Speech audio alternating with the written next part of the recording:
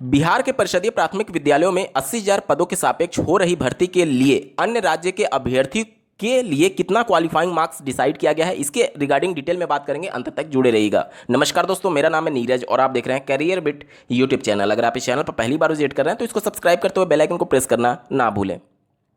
जैसा कि आपको ज्ञात होगा, उत्तर प्रदेश के परिषदीय प्राथमिक विद्यालयों में होने वाली भर्ती के लिए जो सुपर टेट की परीक्षा का आयोजन किया जाता है उसमें भी क्वालिफाइंग मार्क्स 60% और 65% रखा गया है। यानी कि अगर आप कैटेगरी से बिलोंग करते हैं तो 60%, 150 में से 90 अंक आपका होना अनिवार्य है, तभी आप पास माने जाएंगे। उसके नीचे वाले सभी फेल हो जाते हैं। उसके अलावा अगर आप अनरिजर्व कैटेगरी से बिलोंग करते हैं तो आपके लिए 65%, 150 में से यानी कि 97 अंक अगर आप पाएंगे तभी क्वालिफाई होंगे सुपर टेट की परीक्षा और उसके बाद आगे की प्रक्रिया में प्रोसीड किए जाते हैं।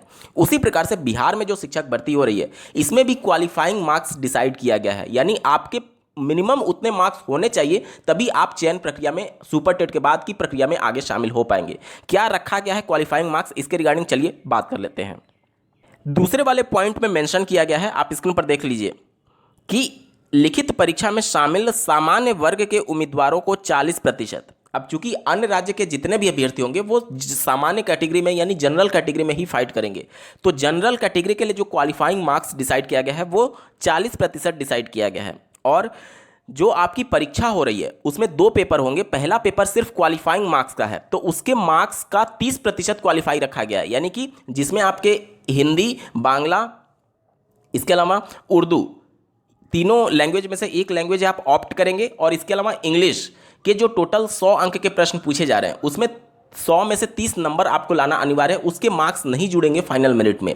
लेकिन जो दूसरा पेपर होगा सामान्य अध्ययन वाला, उसमें आपका सब्जेक्ट से रिलेटेड प्रश्न पूछे जाएंगे, इसके अलावा जीके और ये सभी चीज़ें पूछी जाएंगी। तो उसमें जो है वो आपका उसके बेस पर ही फाइनल मेरिट बनेगी और उसमें आपको कम से कम 40% अंक लाना अनिवार्य है। चूंकि 120 प्रश्न पूछे जाएंगे और प्रत्येक प्रश्न 1 अंक का होगा, यानी कि 120 का जब आप 40% निकालेंगे तो 48 मार्क्स आता है। यानी कि 120 में से अगर आप 48 नंबर या फिर इससे ज़्यादा पाएंगे अन्य राज्य के अभ्यर्थी होने के कंडीशन में, या फिर बिहार के अगर आप सामान्य कैटेगरी के अभ्यर्थी हैं, तो ही आप आगे की प्रक्रिया में शामिल होंगे, अन्यथा यहीं से आपको बाहर कर दिया जाएगा। ठीक है, यानी अन्य राज्य के अभ्यर्थी को बिहार की सुपर टेट परीक्षा में कम से कम 48 अंक लाना अनिवार्य है, तभी आप आगे की प्रक्रिया में शामिल हो पाएंगे। 48 अंक क्वालिफाइंग मार्क्स डिसाइड किया गया है। इसके अलावा अगर आप बिहार से संबंधित अभ्यर्थी हैं तो वहां पर जो आरक्षण का प्रावधान है उसके अंतर्गत जो पिछड़ा वर्ग है यानी जो ओबीसी है उसके लिए क्वालिफाइंग मार्क्स डिसाइड किया गया 36.5%। अब 120 का जब आप 36.5% निकालेंगे तो इसका नंबर आता है 43.8, यानी लगभग 44 नंबर उनको पाना अनिवार्य होगा ओबीसी कैंडिडेट को, तभी आप आगे की प्रक्रिया में शामिल हो पाएंगे। इसके अलावा अत्यंत पिछड़ा वर्ग की बात करें तो उनके लिए 34%, उनके लिए 34% क्वालिफाइंग मार्क्स डिसाइड किया गया है।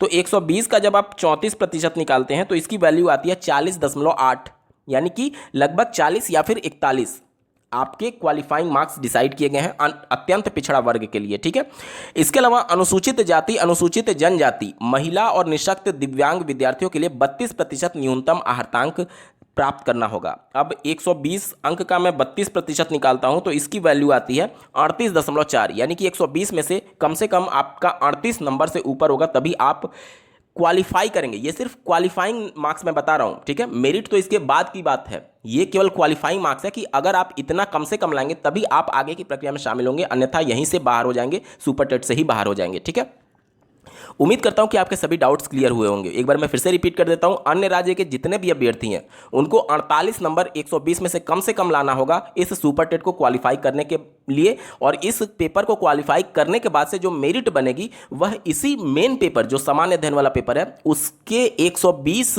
नंबर में आपके कितने नंबर है उसी के आधार पर मेधा सूची बनाई जाएगी, यानी मेरिट सूची बनाई जाएगी और उसी के आधार पर चयन सुनिश्चित किया जाएगा। कोई भी इंटरव्यू नहीं होगा, सीधे इसी मेरिट के आधार पर आपका चयन हो जाएगा। कोई भी एकेडमिक मार्क्स का भी रोल इस नियमावली में नहीं किया गया है। तो ना तो आपका हाई स्कूल, ना इंटरमीडिएट, ना ग्रेजुएशन, किसी के मार्क्स नहीं जुड़ेंगे, सिर्फ और सिर्फ आपके इसी सुपर टेट के मार्क्स के बेस पर आपको नियुक्ति पत्र दे दी जाएगी। तो एक सुनहरा मौका है जिनके एकेडमिक मार्क्स कम होते हैं। इस वीडियो को देखने के लिए आपका बहुत बहुत धन्यवाद। भगवान करे आपका दिन शुभ हो।